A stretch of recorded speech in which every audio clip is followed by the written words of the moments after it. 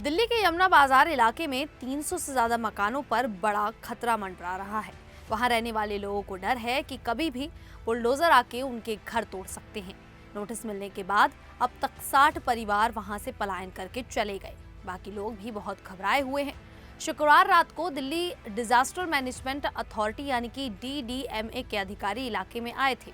उन्होंने लोगों से कहा कि अपना घर खाली कर दो। शनिवार सुबह यहां पर तोड़फोड़ की कार्रवाई होनी थी, लेकिन शनिवार को कोई कार्रवाई नहीं हुई। इससे लोग बहुत ज्यादा उलझन और चिंता में पड़ गए हैं। वे समझ नहीं पा रहे हैं कि अब क्या होगा, कब बुलडोजर आएगा। शनिवार दोपहर जब मीडिया वहां पहुंची तो कई लोग अपने घर का सामान पैक करते दिखे। कुछ लोग तो पहले ही सामान पैक करके सड़क पर बैठ गए थे।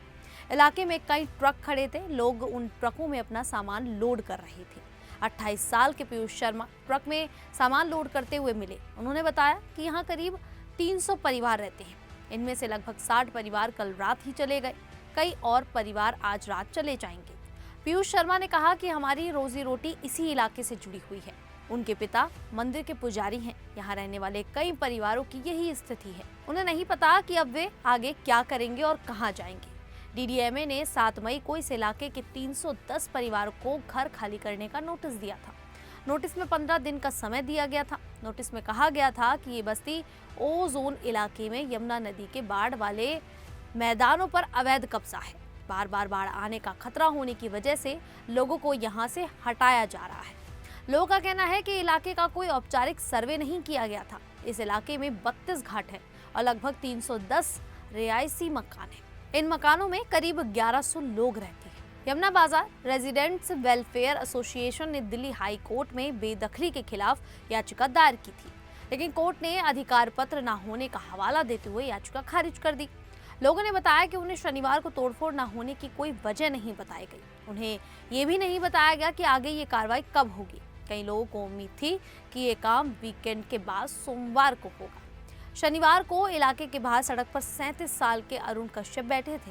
उन्होंने कहा कि यहाँ के ज्यादातर लोग किराए के घर नहीं ले पाएंगे। हर महीने 15,000 रुपए या उससे ज्यादा किराया कैसे दे सकते हैं। वे लोग यहाँ पीढ़ियों से रह रहे हैं। उनके दादाजी के समय से भी पहले से यहाँ बसे गए थे। सरकार ने अचानक उन्हें यहाँ से हटाने का फैसला कर लिया है। उनके बगल में 32 साल के जितेंद्र यादव भी बैठे थे। उनकी भी हालत लगभग वैसे ही थी। जितेंद्र यादव ने कहा कि उनके बच्चे पास के स्कूल में पढ़ते हैं। अगर वे कहीं और चले गए तो बच्चों की पढ़ाई पर बहुत बुरा असर पड़ेगा।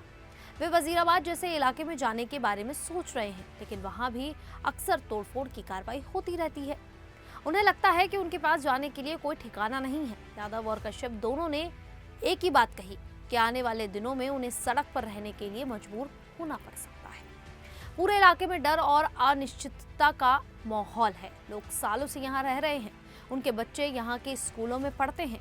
उनकी नौकरी, दुकानें और रोजगार इसी इलाके के आसपास है।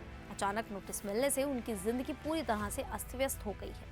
60 परिवार तो पहले ही जा चुके हैं, लेकिन बाकी लोग अभी भी उम्मीद लगाए बैठे हैं कि शायद कोई राह निकल आए। लेकिन DDMA का फैसला साफ है कि बाढ़ के खतरे को देखते हुए इस जगह को खाली करना जरूरी है। खैर, अभी कोई नहीं जानता कि अगला कदम क्या होगा।